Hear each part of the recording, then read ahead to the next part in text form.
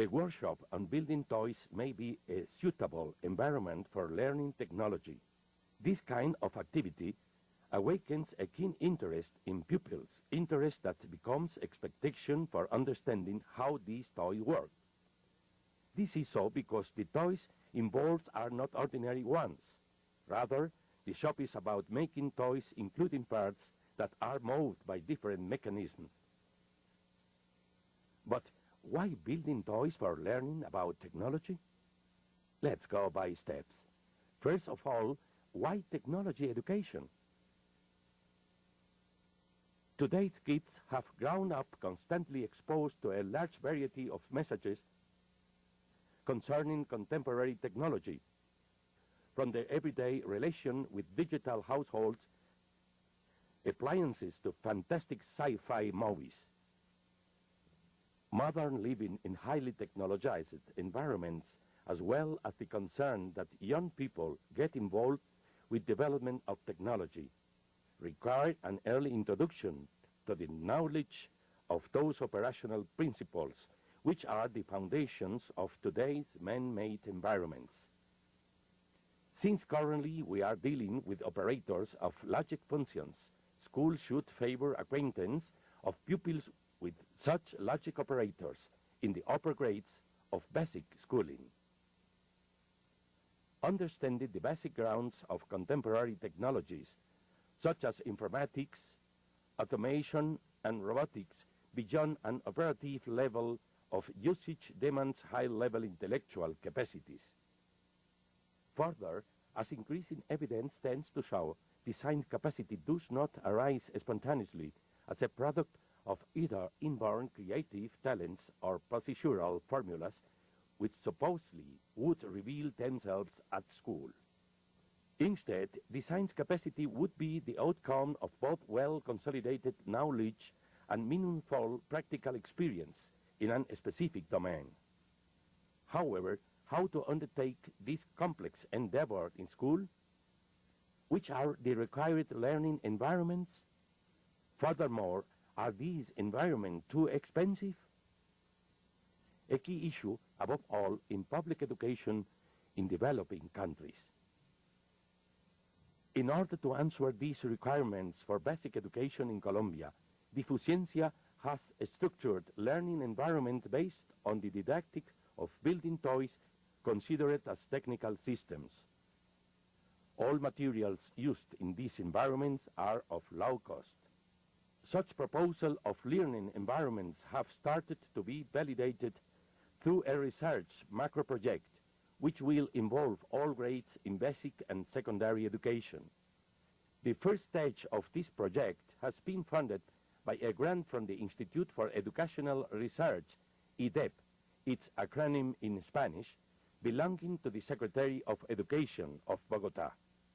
8 teachers and nearly 300 students of different ages from public schools in Colombia's capital take part in this first stage of the project. The learning environments proposed by Difuciencia set out attainment targets for both conceptual knowledge and practical competencies that could be expected from pupils in different ages and school grades. These environments are structured into 2 distinct moments of work. The first one comprises classroom learning activities. Here, students experiment with different situations in order to achieve a conceptual understanding of the operational principles set out as attainment targets in the environment. Younger pupils work with models of mechanical operators to understand principles of motion transmission. It is necessary to start with these concrete operators in order to reach, later on, the abstract thinking demanded by the comprehension of logic operators.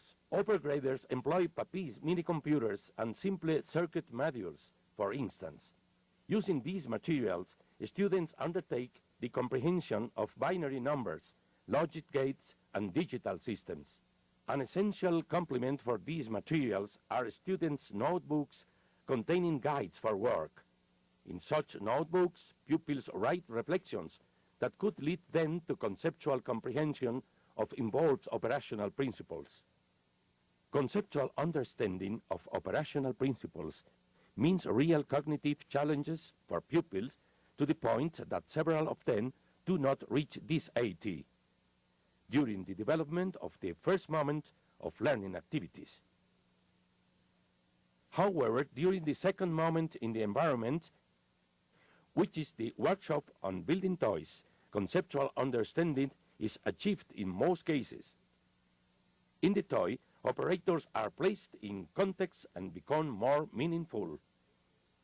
Tengo un juguete aquí. Two girls set the context of the shop, a project in Colombia for building toys that carry mechanisms. ¿De qué se trata el proyecto que hemos venido desarrollando aquí en Colombia? Como podemos ver, es un carro que hemos venido construyendo, que al moverlo se mueven las llantas, que las llantas hacen mover al eje. El eje va haciendo mover a las ruedas dentadas. La polea pequeña, que es la que estamos viendo acá. This girl, for instance, is explaining transmission in pulleys. La otra polea, que es esta, es la polea movida, porque la polea motriz es la que recibe la fuerza y la transmite hacia la polea movida para que pueda mover la rueda, para que se pueda mover la rueda de Chicago. Los piñones tienen que tener... This boy tells us about the pitch in gears. También está el cigüeñal. El cigüeñal es como el eje que tiene en la parte de abajo. Está conectado a las ruedas. Finally, this young man is talking about how to use a cam for having a monkey go up and down and ring a bell. La leva está sujetada a un seguidor y el seguidor a un pistón.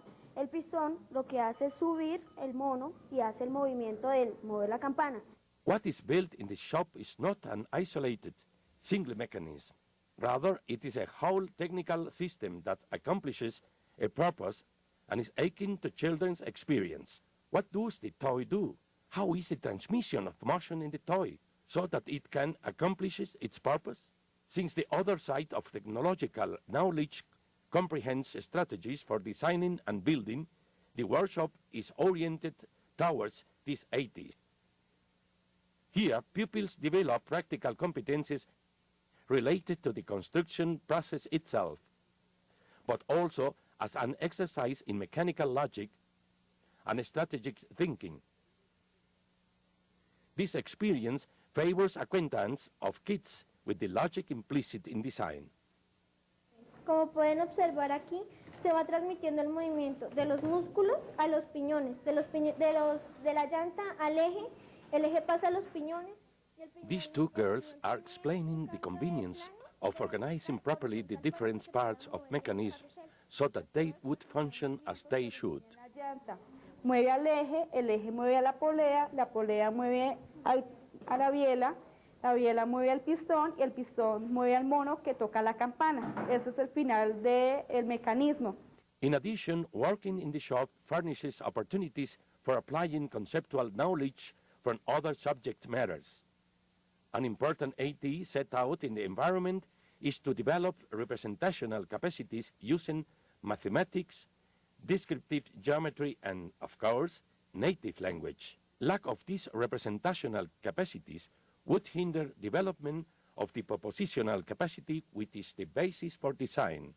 It is convenient to provide every pupil with the chance to work by him, herself, in a toy, so that she could reach these 80s.